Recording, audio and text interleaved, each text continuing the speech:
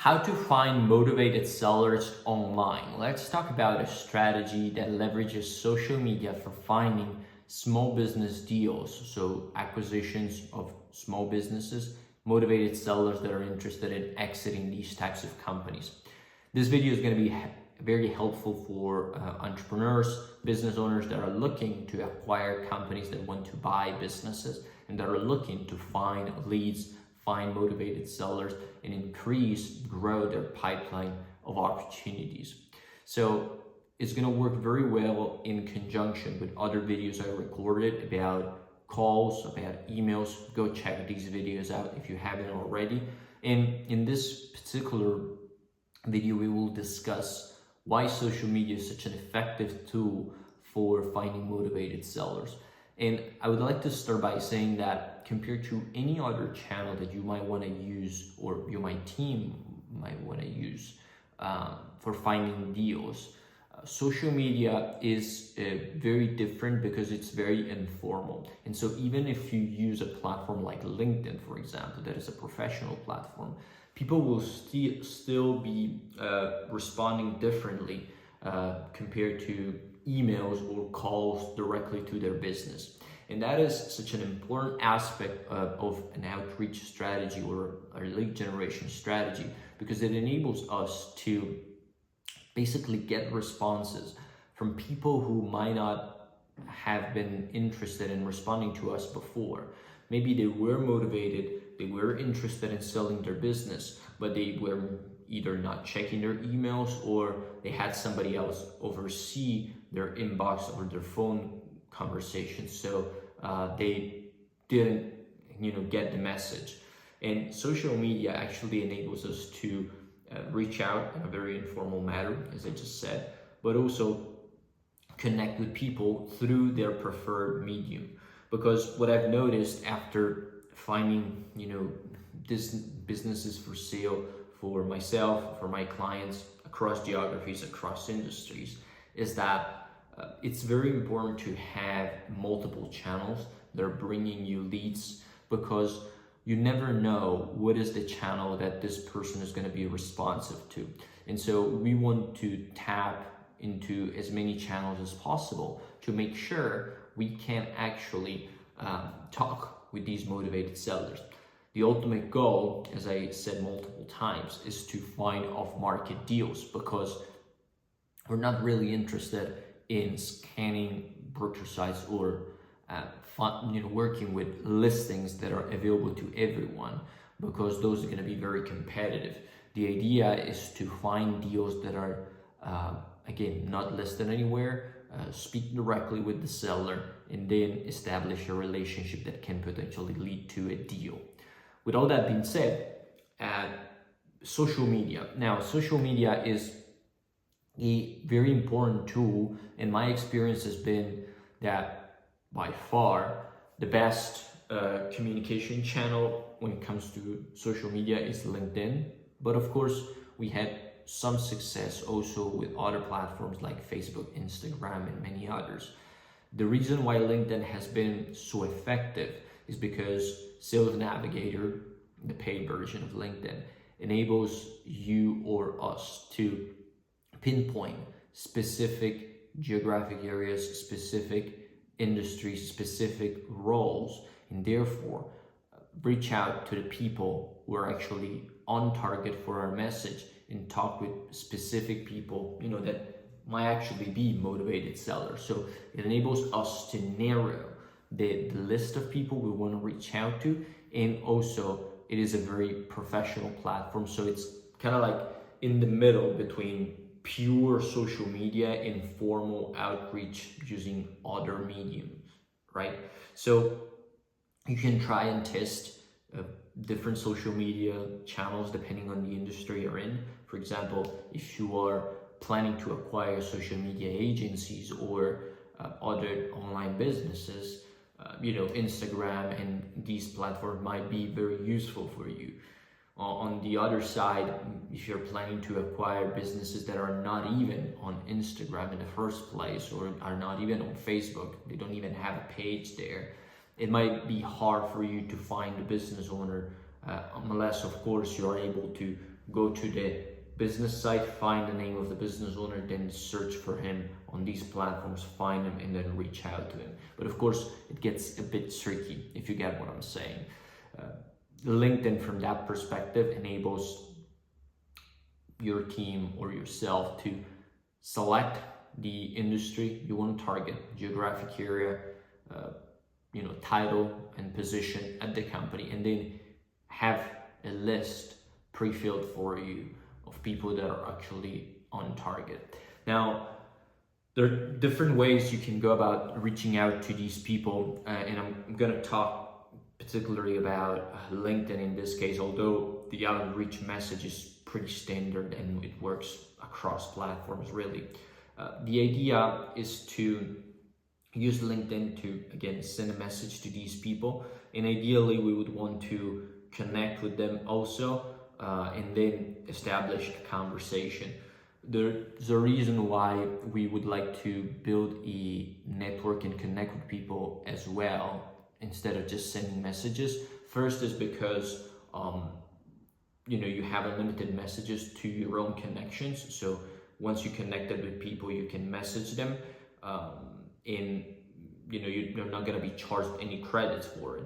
On the other side, you can then tap into second and third tier connections and potentially keep building your network that way and find more sellers, more business owners that you can then contact using this network that you're building through LinkedIn. Once you reach 500 connections, you can then start leveraging that out and take advantage of it to really grow your network and find business owners that are also suggested to you in this way. So the point is, ideally, we will want to use Sales Navigator to find the list of people that are actually on target. We will want to start connecting with them, and once they accept our connection, we can start outreaching and sending messages to them. Alternatively to that, we can also send a message right away, but we are capped in the amount of messages we can send by Sales Navigator. I guess it's 100 messages. I don't recall because my team is taking care of that right now. But the point is, we don't have unlimited messages, so we want to select a specific amount of people that maybe look very on target and that we feel very compelled to send a message to, and in that case maybe use this credit to send a message directly instead of waiting for them to connect with us. For all the others, we want to ideally connect first, wait until they accept the connection request, and then start messaging them and making an outreach this way. Now, what is the sequence that I ideally like to use for reaching out to these people? First of all, I don't like to spam. I mentioned that already when I talked about the video, when I talked in the video about emails.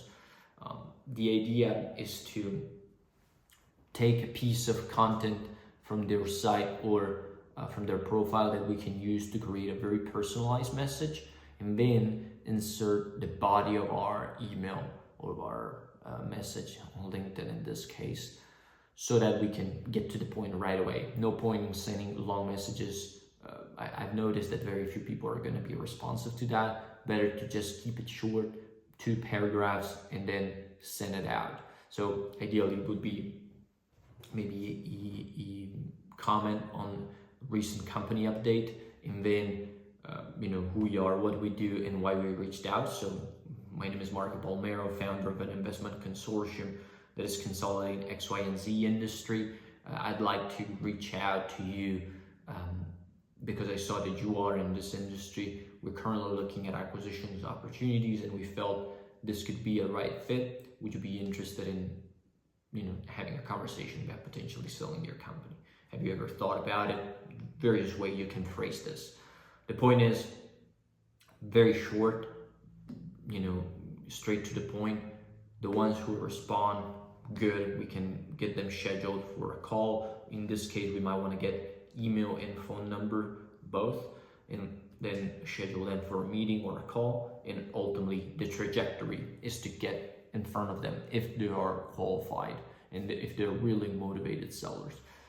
Now, what I've noticed that is a little bit of a difference compared to emails is that some motivated sellers would be much more inclined to chat on LinkedIn compared to emails. As a consequence, you might have the ability to qualify them a little bit more before you even get on a call with them. So you avoid wasting, 15-30 minutes on a phone call with somebody that is not even a prospect. So with a few messages, if they respond positively to your outreach, you might be able to filter them down and understand whether or not they're really interested in selling their business, or they're just kicking the tires, or maybe the business is not even within your own KPIs.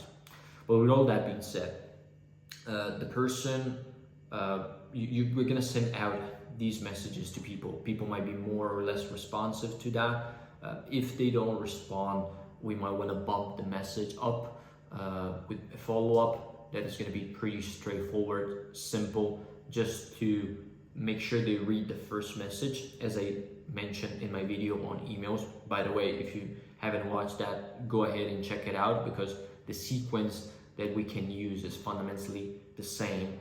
The only difference between sequences is that email can be automated through instantly. LinkedIn cannot be automated. I mean, many people out there will tell you that there are tons of tools that you can use to automate LinkedIn messaging. What I found is that LinkedIn is very, very careful and very, very effective in blocking these tools that automate, and you are at risk of having your profile banned if you use these types of tools on social media. So my idea for that is you either hire somebody that's going to send the messages for you, or you do the work yourself if you're doing it on your own. The point is, it has to be a manual effort that you put in, but it's worth the time, right? Because even if you do only 100 messages per day, which is already a lot, because in some cases you might cap the amount of messages that you can send out, you're still going to get decent results out of it. It's going to take you a couple hours, give or take. So again, difference between emails and social media, or LinkedIn in this case, is that email can be automated, LinkedIn has to be done manually. In terms of sequencing, the process is pretty much the same. I wouldn't want to message people indefinitely. If they don't reply to me after 2-3 messages, I'm just gonna leave it there. The thing is, we might want to touch base with them more often on social media, since we have the opportunity to check their profiles and what they're doing, and maybe pick up from their updates and see what's happening in their life, and then potentially start a conversation this way. Ultimately, we're not trying to convince anybody. So my point is, we don't want to overcomplicate this. If somebody doesn't reply after a few messages, chances are he's not interested in selling the business. And look, he might reach out 6 months, 12 months later saying that he thought about it and he's now ready. That's fine. But I wouldn't want to beat a dead horse, right? If the guy doesn't reply after 2-3 messages, I would just assume for now he's not interested. If he replies, then the sequence that I want to use is pretty much identical to emails. I want to ramp up the relationship quickly from social media messages down to a call, and ideally I would want to get the email too in this case. And then from that point on, if the target is qualified, so it qualifies for KPIs, I want to get in front of them over a meeting. In terms of KPIs, I didn't cover this aspect in this video or in the video about emails, because it all comes down to you and what are your own acquisition criteria. So it's not something that I can tell you, but you surely are gonna know what is the company size that you're targeting, historical track record, revenue, EBITDA, and all that kind of stuff.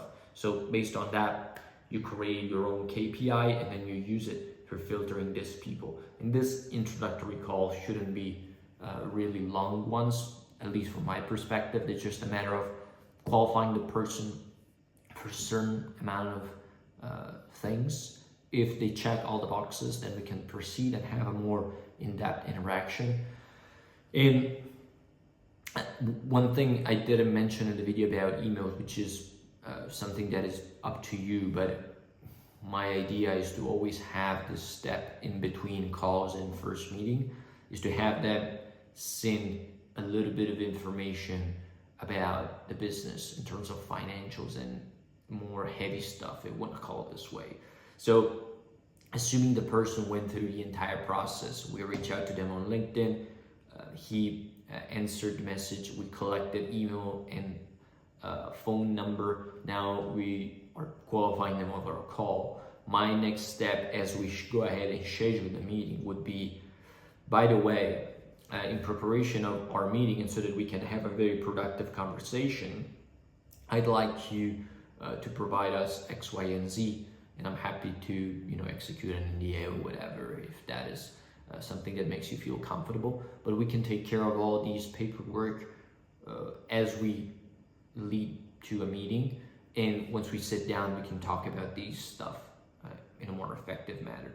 And so, at least from my perspective, the idea would be to get a financials, summary of the financials, or if you're in America, the tax returns, in anticipation of the meeting, so that once we sit down, we have something to talk about. Otherwise, in many cases, what's going to happen is, yes, you had this call, you qualified the prospect, but then you sit down with him and you start asking very technical questions. The guy doesn't have the answers, or he doesn't have the paperwork available. And so you're just, staring at each other. You've got nothing to say because the guy doesn't have the information you need to make a decision, and you weren't able to collect it up front. So ideally, I would want to collect that between the call and the meeting, so I can review it, then ask very, deep down questions, and also potentially cancel the meeting if the guy lied to me on the call and then sent something that was completely different. So the guy might have said, we're very profitable and da-da-da-da. Then he sends tax returns and they're making a hole in business. I might not want to, join a conversation with that type of person. But the point is, getting back to my initial discussion around the outreach via social media. The workflow is pretty much identical to an email outreach. The only thing that changes is the filtering aspect that you can use through Sales Navigator. It's very effective. And then the manual output that you need to do to avoid being banned. And other than that, you can test the social media platforms that work best. I mean, my experience has been that LinkedIn is the most effective tool for all sectors, really. But check them out, see how they perform. We collect tens of leads per week for our clients or for ourselves when it comes to motivated sellers and businesses that are available for sale. And we do that across sectors, across geographies. And if you wish to build an online strategy for finding motivated sellers that uses emails, social media, calls, networking, and many other strategies, you can check the links below, and you can look at ways we can work on your behalf to do that. We do a lot of deal origination on behalf of third parties. We can potentially look into that and do that for you. So that's pretty much it, and we will talk